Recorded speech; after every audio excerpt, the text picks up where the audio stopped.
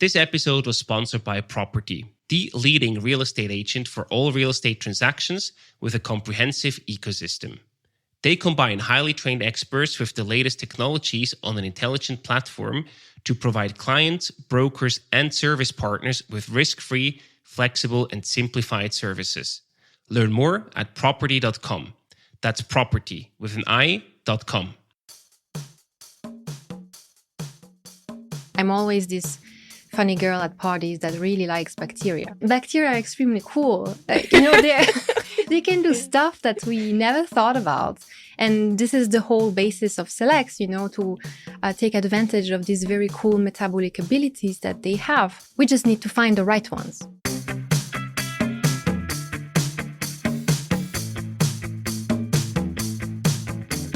Welcome to the Swisspreneur Show, a podcast about startup stories and learnings from experienced entrepreneurs. If you enjoy listening to our show, make sure to follow the podcast and leave a rating. And now, here's your host, Merle.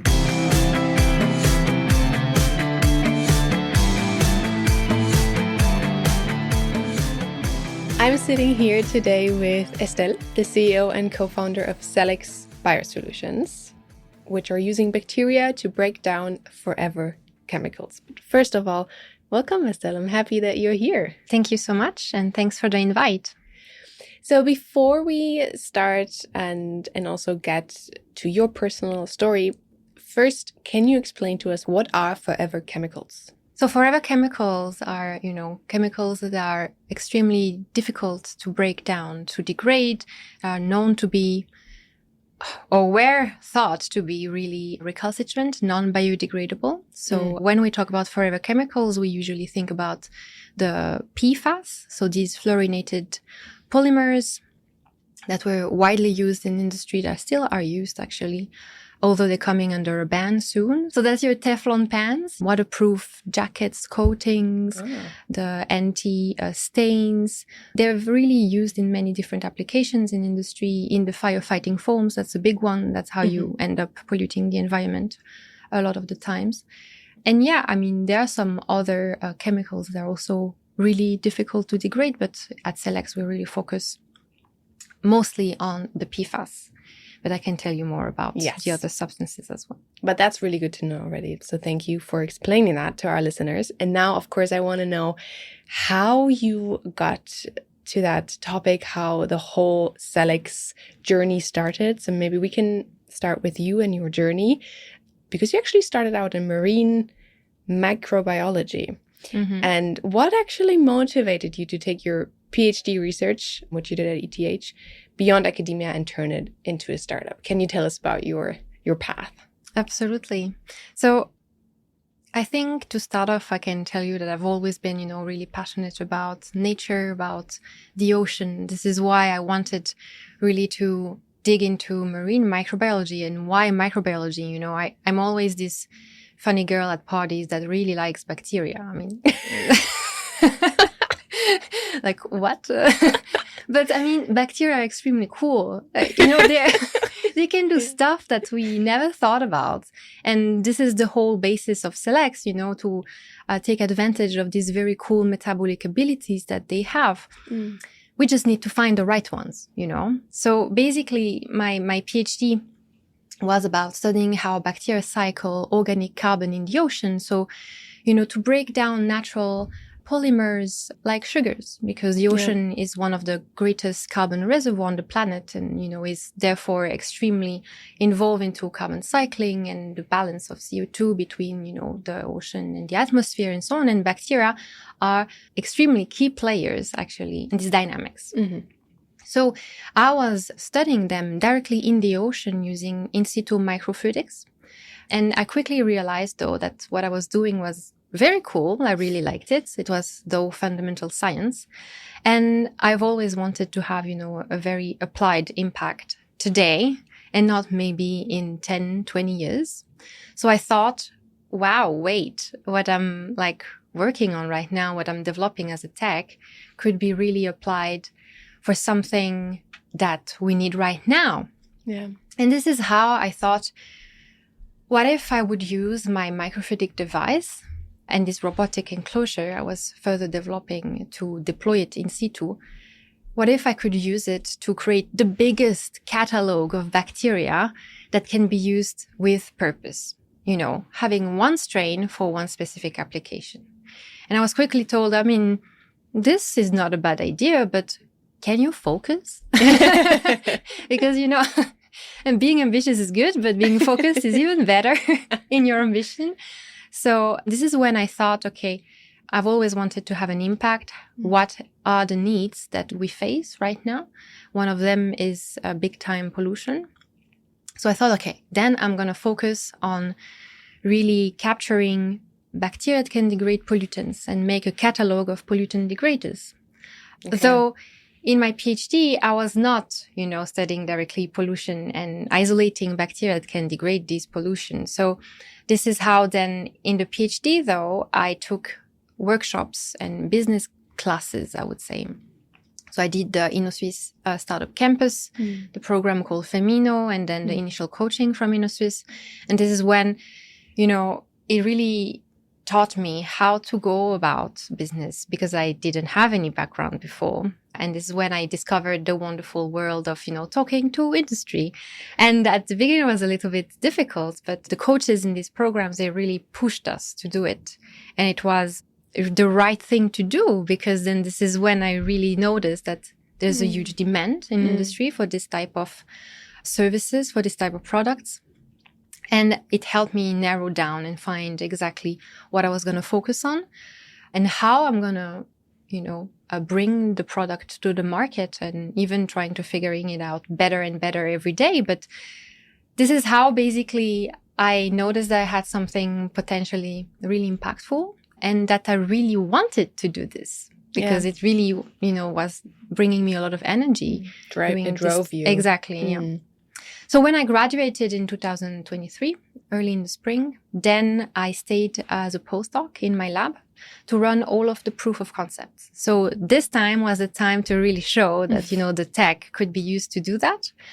So basically, I chose different types of pollutants from pharmaceuticals, pesticides, microplastics, PFAS, so the forever chemicals.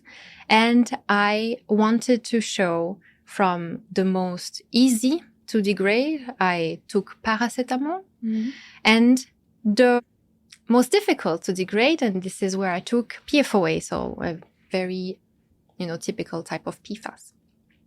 And what was very funny was, you know, I took PFOA to test the boundary conditions of my setup as a bit as a negative control. Yeah.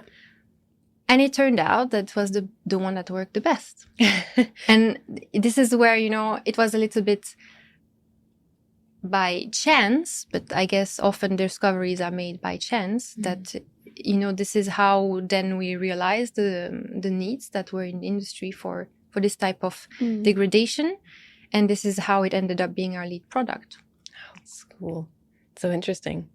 What would you say for you personally was the most challenging from like stepping out of this science context and into, because you mentioned also the business classes that you took, what was the most challenging for you in transitioning? So many things. What wasn't challenging? Okay, what was the most challenging? What is still the most challenging, you know, is I finished my PhD.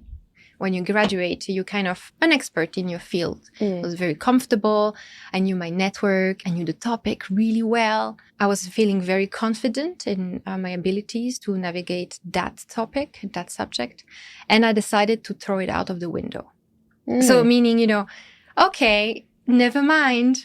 I'm going to start on something where I know nothing. So not only, you know, about business, or I had little knowledge, and about the field of bioremediation.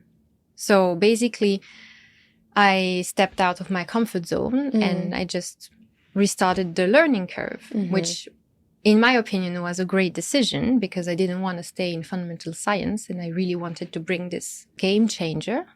We're trying to push forward now, but this is still, you know, like, okay, not the easiest at times. Yeah. I find it so interesting that so many scientists say this. It's like this transition is often harder than you'd expect because you work so hard and so in detail on this topic, and then you need to like zoom out and look at things from a broader perspective. Yeah.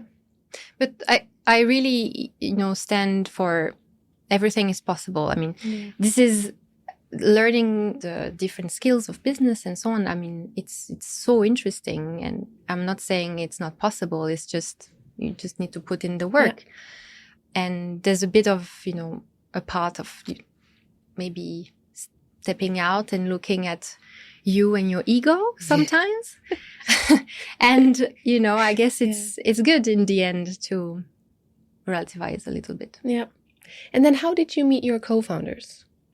Yeah. So my co-founders, so Geoffrey and Fabienne, are really key parts of the team. I'm so glad to have them with me. So the first one that I met was Geoffrey. So he's the COO. So he has a business and law background. So basically I started, I think it was 2023. So at the end of my PhD, I heard about this ETH student project house. Yeah. And so this is great. It's a place where, ETH PhD students, postdocs, alumni can go and be coached about their business ideas, their startups and so on. And it goes from, just a little idea to not even being interested by the ecosystem to having a real product that you're currently bringing to the market. Or, I mean, it is quite diverse. And so this is where I was introduced to this SPH basically. And Geoffrey was my coach. And, so we were getting along really well. I loved how he was, working with me and his way of approaching things. And I knew, though, that I really wanted a co-founder that has this big business background because I was learning into this role. And, I was already from the standpoint that having somebody in my team that knew a lot more than me would be very beneficial. And it is. I confirm. And, after working a few months with him on several grants, and he was coaching me on several things, I thought, well, what about I ask him if he wants to join? Yeah. And at first he thought maybe not. It was not the right time because he just had his twins. And then I think it was a few weeks after he was like, Estelle, is the offer still standing? I was like, of course. And so we had a bit of a so-called dating period, startup dating to see if it was a good match. And in the end, after I think 6 months, we wrote another grant together and we were working way more closely and we decided to give it a go. Cool. For real. And for Fabienne, so that was also another, encounter by chance. I was at ETH Transfer to negotiate the exclusive licensing of my patent. And I was talking with the transfer officer and she was asking me, how it's going and how many people we are in the team and so on. And I told her I'm looking for our CSO. We're looking for a CSO, somebody that is a biotechnologist, because I'm a microbiologist and it's more in this initial discovery phase and how do we grow the bacteria and so on. I was lacking somebody that could bring the bacteria from discovering them to how do you turn them into an industrial product? Biotechnologist. And she told me, oh, wait, I know somebody actually. And this is how it happened. So she told me, this girl that was in another startup before and she's looking for a new opportunity. And it was actually Fabienne. It was the perfect fit. So we did also have this a little bit of a dating period. And I was able to get her on one of the grants that we got, the Gerbert Hoof, booster at first. And then, she decided to go in full. Yeah. And this is how I met my two co-founders. Did you, when you say like dating phase, did you have like specific, I don't know, like rhythms or loops that you did regularly to see where you're at? How did you structure the dating phase? Or did you just work together for 6 months, see how it went? Yeah, I think it was a bit more organic than just being so structured and rigid. But for both Geoffrey and Fabienne, we worked on 2 different grants together. both were very successful. So I guess that also gave a bit of feedback to how we were working together. But so I think there was this fact of working on something quite challenging, such as these grants, but also having an open conversation of how were we feeling towards the working relationship and so on. We also had co-founder value sharing sheet that we worked through. What are your values? What do we want to build here? And so on. That enabled us to get to know each other and see that we were, really aligned. That helped. I mean, it's just a detail, but I think that was quite useful. And yeah, just hanging out a little bit together, getting to know these two people and seeing that we were getting along, we were having the same values, of transparency, honesty, impact, but also balance. Because we're here for a long time, I guess. I cannot tell you exactly how long, but the water tech, the pollution tech is not just a 2-year exit plan. So, this is how you can see that you have the right people on your side and that they're here for the long term as well to bring this impact out there. And then you decided to spin out of ETH, basically. You mentioned also something like that before. Can you tell us a little bit about what the journey actually is behind doing that? Is it a lot of processes? Is it a lot of time that you need to take into account? And what was for you also maybe the point where you said, okay, now I'm ready to, because ETH is such a construct, has so many different opportunities, like the SPH that you mentioned, but also all kinds of different formats that you can safely kind of develop your products. And then at what point did you say, okay, now we're ready to spin out and... Okay. Yeah. So, I think the spinning out was not very difficult. The whole discussion was more about when do we incorporate? Okay, yeah. Because that was way more key for us. You have to look at all the timing of fundraising. When do we close, the fundraising, therefore, to need to have the CLA? I mean, we mostly raise with CLAs. So meaning we need to have a real business incorporated, actually.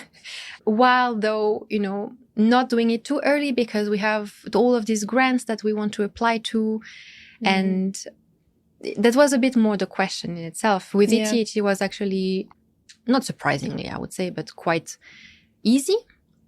We just has to, to fill in some forms. What was, though, in preparation and in workings for a long time was the patent in itself, because all of the technology for discovering these bacteria has been filed for a patent. So basically now we have an exclusive licensing agreement with ETH. And we had to negotiate the terms and so on that were very friendly in the end for the startup. So we just had to sign the licensing agreement and then apply for the ETH spin-off label. For us, I think it was done in 1 week because we didn't realize that we needed to submit something for the incorporation. So they were extremely fast for us. So that was very, very nice. And because you mentioned before that the PFAS was actually the first thing where it worked, where your technology worked and you were able to break it down. How is that possible? Because it was long thought to be impossible that there's a biodegradation for PFAS. So can you tell us about the technology behind it? What exactly it does? Yeah, of course. So I mean, I just want to mention first that PFAS are very difficult to degrade. I mean, it's not that you didn't find the magic. No, I mean, here, I guess this is a bit of a prelude to how I'm going to explain all of this. But PFAS has been designed to be really harsh and resistant to breakdown. That's why, it also accumulates in the environment, it accumulates in our body and so on.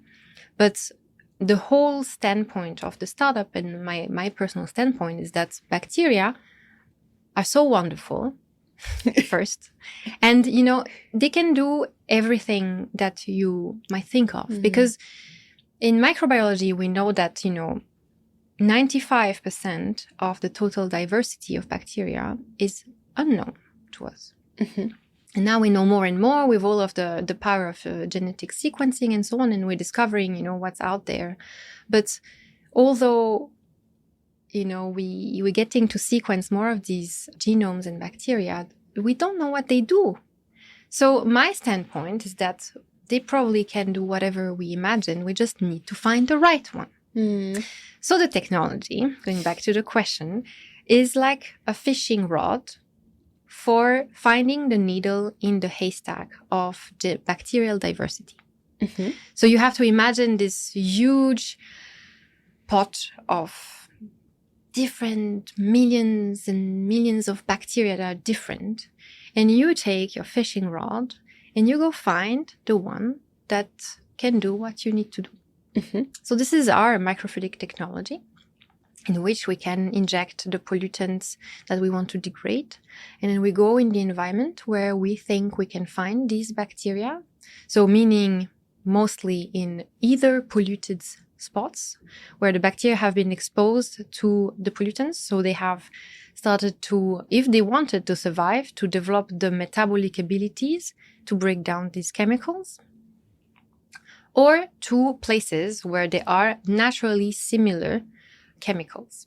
Like, for example, now it's not really valid for PFAS, but for microplastics, it might be worth trying in the deep ocean because, in the deep ocean, there are some natural compounds that are also very recalcitrant. So, and that have a similar molecular structure than microplastics. But that's a parenthesis. So now going back to our technology, so we inject into this microfluidic device the pollutants we want to degrade, and then we're going to go in the target liquid-based environment, and the chemicals are going to attract basically the degraders through the process of the chip in itself. And it's contained into some kind of robotic enclosure, so we can deploy multiple of these chips at the same time in a high-throughput manner in remote places. Because that's a little bit, the burden or what has hindered discoveries of whatever you want to discover in the bacterial world so far is that we've been kind of also limited to not only sample in accessible places, but also not selectively. So now we have this tool of selectivity to find the ones that we need, but we also have a robotic device that can allow us to sample anywhere we want. So in lakes, in rivers, in wastewater treatment plants, in the deep ocean, we've used it down to, 3,000 meters in the ocean. And got some cool stuff, actually. So this is a bit how we pair these two things to then get the right bacteria into the lab, and then we can further improve their abilities to degrade these chemicals without doing any genetic engineering, because we can further talk about this, but because we need to use them in the end also for environmental remediation in situ. So if you bring GMOs, it's going to be more difficult. And basically what it looks like. Yes, so we're going to improve the metabolic abilities of the bacteria by making them better at their job, and then basically use them in industry or in situ. So who are your customers? So the customers at the moment are really the end users, the chemical producers. So now we're talking about PFAS, so it's going to be PFAS producers, users, but also, the middleman. Because, pollution treatment and the wastewater management market is very fragmented. So we are going to face, partnership with a supplier. Firms that already provide and implement a lot of different types of water and wastewater treatment products and technologies. So this is where I think a partnership like that with any players on the market to distribute and implement our technologies, at least to help us at the beginning, is going to be very helpful because at the moment we're really, discoverers and recipe makers on how to grow these bacteria. In the longer term, of course, we're probably going to switch also a little bit on this second spot of implementation of the solution. because that would allow us to really capture a larger share of the market. But at first, we need to focus. Kick Fund is the venture capital firm that invests in Switzerland's best deep tech startups right after they graduate from the Venture Kick competition. Kick Fund has the largest and most diversified deep tech portfolio in the country, which makes it practically an index fund. For startup founders, Kick Fund is the easiest VC they'll work with. Can you explain to us what the customer journey looks like? So from the point of view of, I don't know, the wastewater management or an industry like that, at what point do I say, okay, I'm contacting you? And then what happens? Yes. Like, what are the steps that are happening? Okay.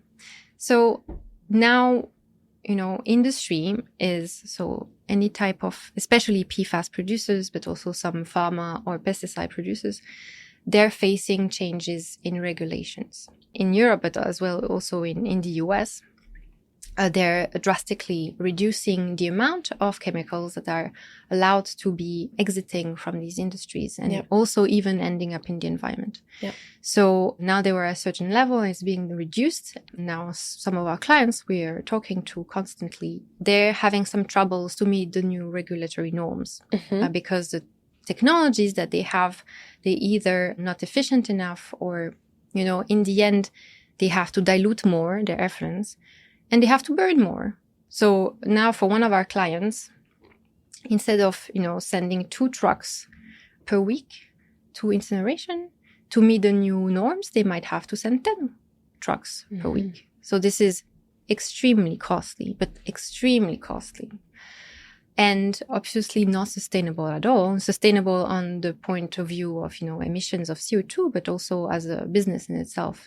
You really want to have so many, in and outs from trucks or, waste incineration. So basically, now we are being contacted or we get success with industries that want to find an alternative, cost-efficient and scalable way of treating the chemical effluents. So we are really taking, the angle of treating industrial chemical effluents at the moment, while the main and biggest market in the end will be environmental remediation. We need to start from an environment that is more contained. So here, basically what we're doing, we have for our business model and implementation. So we are developing this PFAS degrader technology that will be then implemented in industry. But on the other side, to generate early revenue, we really are targeting also pesticides and pharma producers. Okay. And this is where we are right now. We're developing, custom cocktails of bacteria for the very specific needs of pesticide producers and pharma producers that will then, be implemented in industry. And for both types of products, so the PFAS or the other ones, we are first looking at a containerized solution. So this is to answer your question, how does it look like in industry? Well, many other wastewater technologies are also enclosed in containers. So you can also, have it self-standing or at least protected also, where we're probably going to have a concentration unit so that you don't have to store huge volumes of water. It's just more concentrated. And it's going to be looped in with the bacteria in like a membrane bioreactor or TBD. We're soon going to be there, but we're still a little bit, a step earlier. And basically the bacteria would eat the chemicals and produce clean wastewater that would be then poured in the wastewater treatment plants and not be incinerated. Oh, okay. And you said before the regulations for the customer side changed a lot. What kind of regulations did you have to overcome when developing this product? Yeah, so now, surprisingly, regulations to use bacteria or microorganisms in industry and in situ, actually, they're not being very heavy. So you encounter more troubles when you start to genetically modify your strain, so what your living organisms, This is exactly what we want to overcome and avoid completely. So if we want to make our strains, our bacteria better at their job, we're going to use, natural ways of making them better.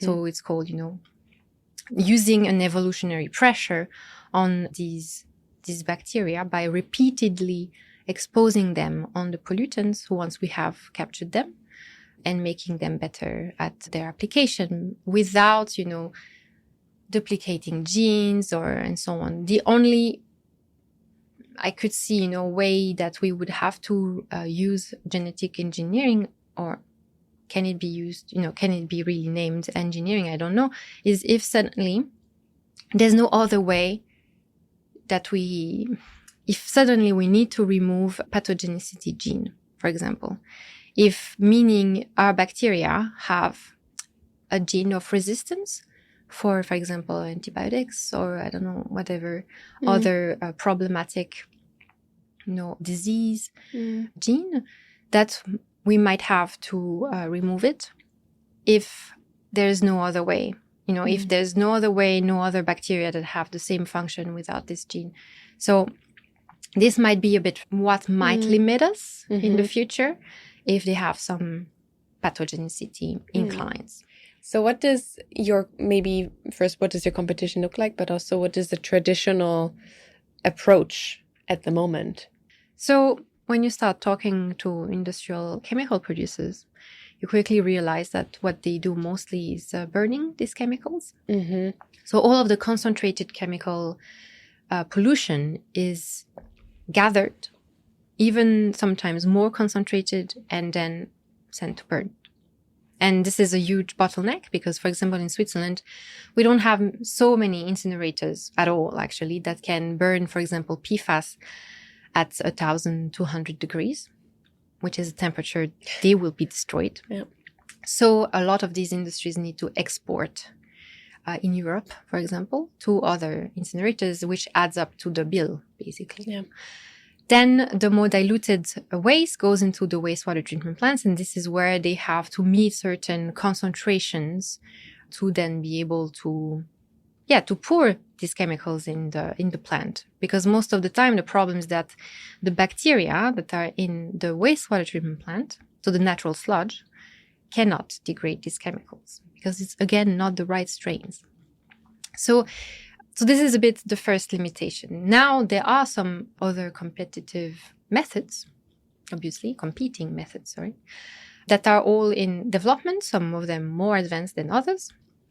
But we have, for example, electrooxidation, pyrolysis, some apply also heat treatment with certain changes of pH and so on.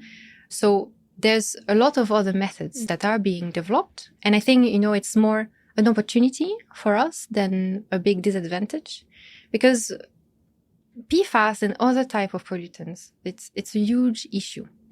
There's, first of all, enough opportunities for everybody to be successful on the business perspective, but there's a huge opportunity for collaboration, because we know that some of them, they have some downsides or for certain, applications, or they cannot handle this type of waste or this type of waste, or they produce smaller PFAS when they break down some of the larger chains of PFAS.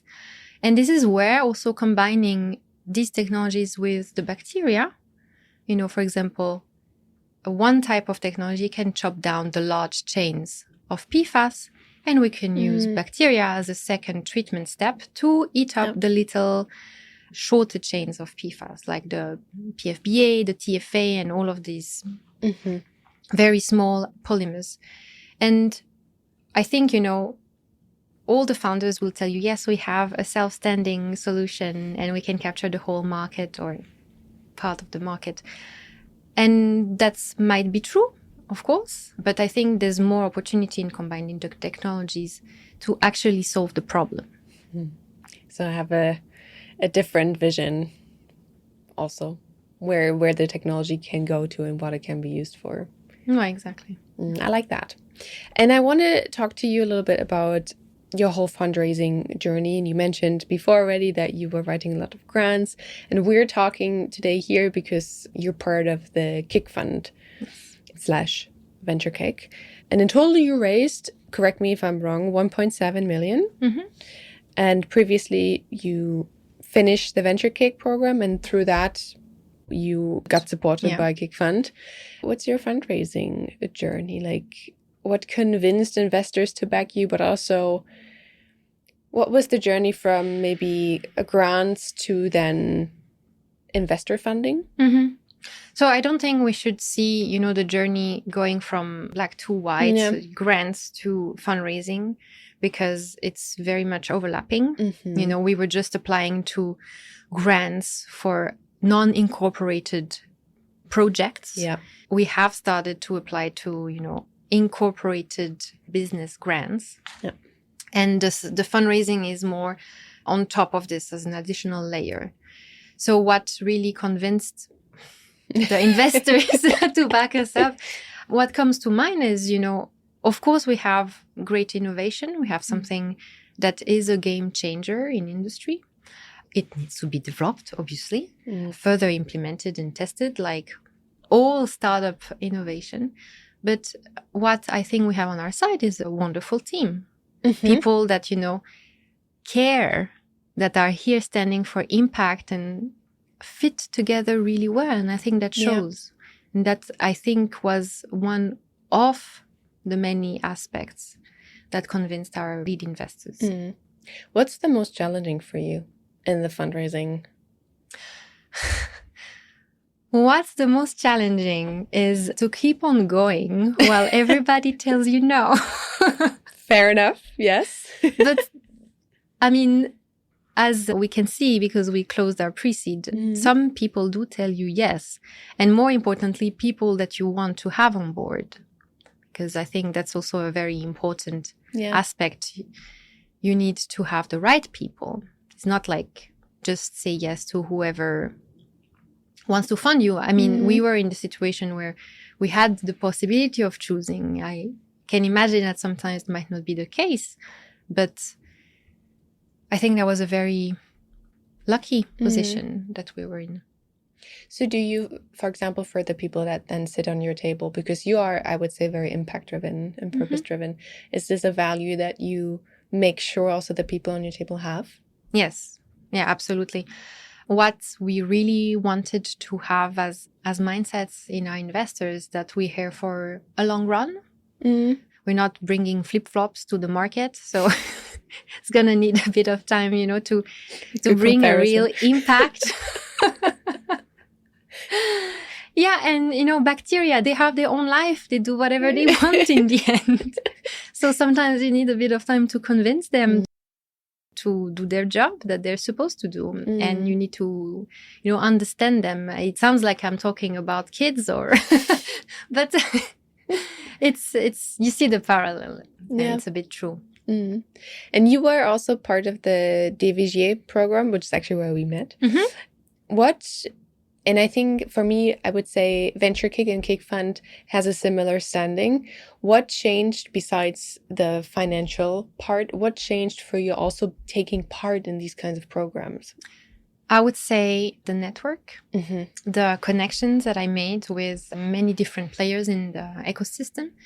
That's a real game changer. Having not only the label, okay, you want this or you want that. On top of it's nice to have the money, obviously, but that brings attention to what we're doing. That brings connection. And this is, I would say, even more important.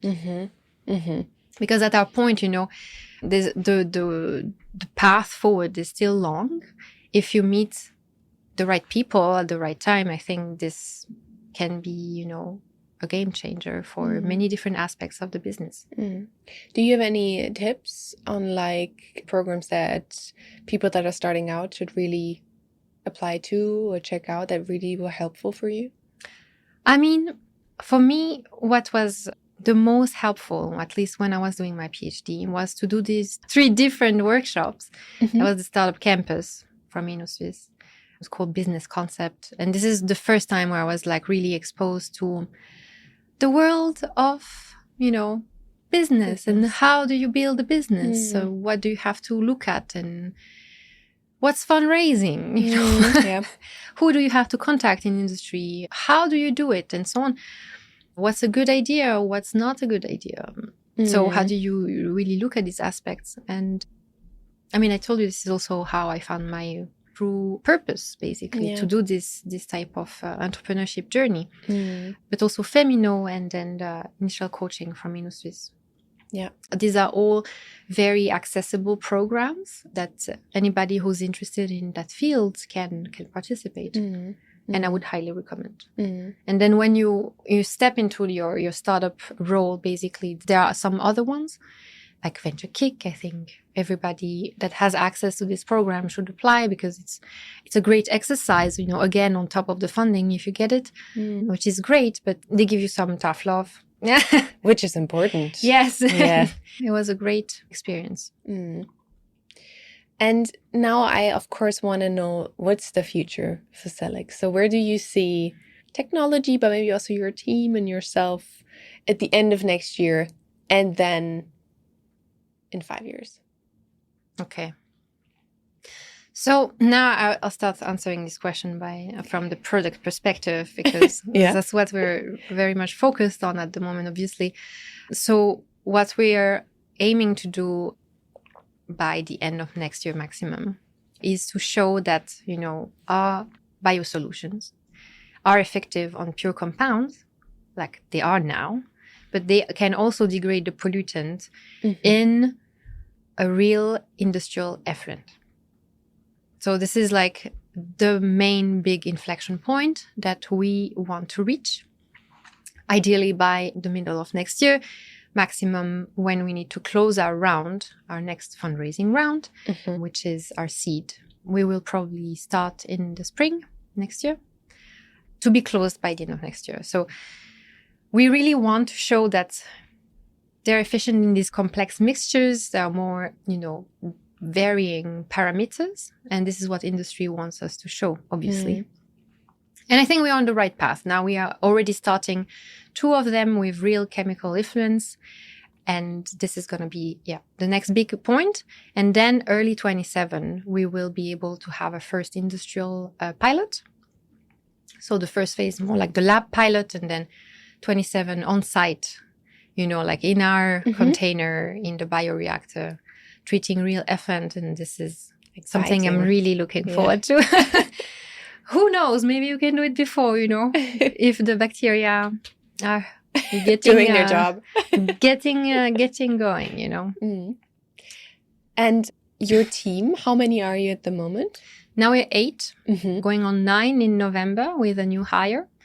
So we have, you know, grown quite a bit. Yeah. In the past year itself, actually. Yeah.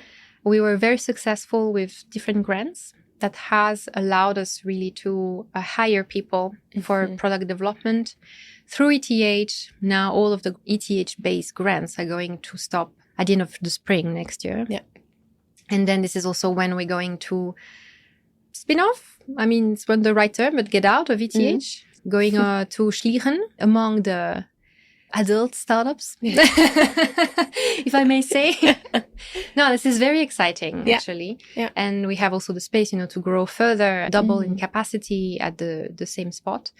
So yeah, it's quite, you know, fascinating for me to see starting this, having this idea alone in my PhD to now nearly almost being 10 people. It's great. Is there anything or any issue or challenge that, you know, if you could solve it, you would be able to scale even faster? Yes. Yes. So I'm not saying it's keeping me up at night, but it's not, luckily. But analytics. Okay. Analytics of PFAS is notoriously a nightmare. So, you know, analytics here, I'm saying, you know, bacteria, they degrade the PFAS, but we need to be able to measure how much was degraded. And PFAS sticks to everything. It's difficult to dissociate what type of PFAS is produced when and how.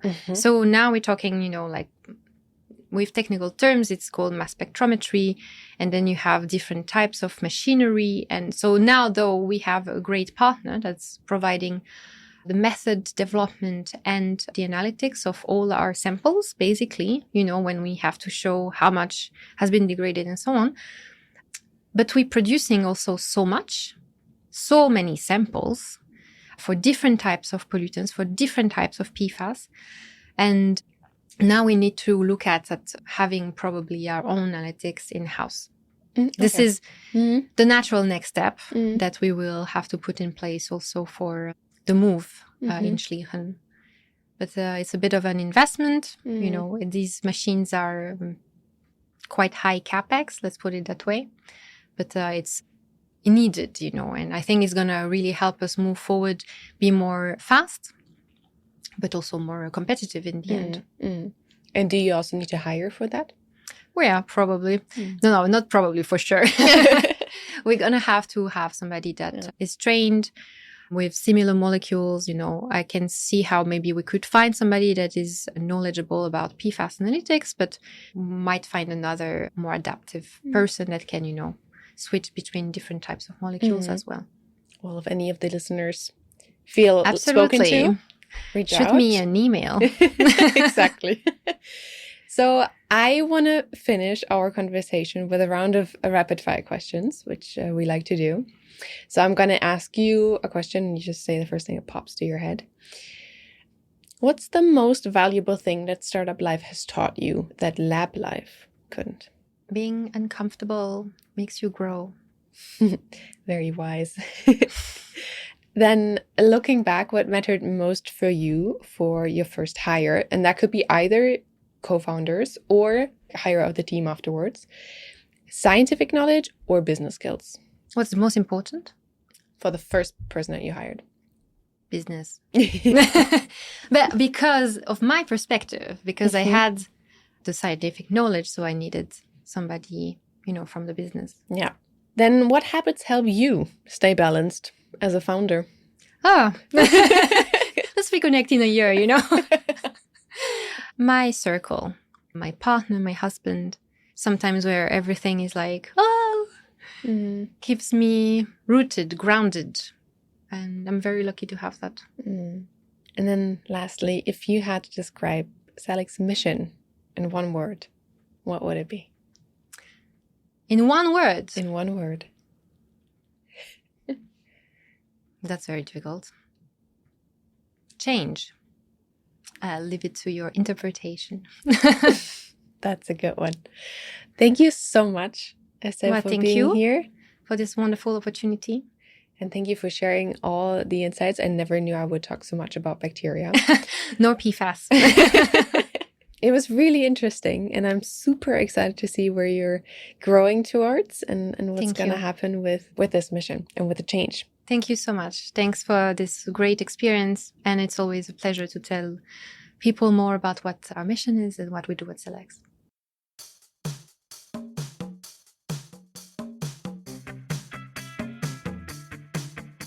We hope you enjoyed today's episode. If you did, you can support us by rating our show on Apple Podcasts. This way, we can reach an ever-growing number of aspiring entrepreneurs.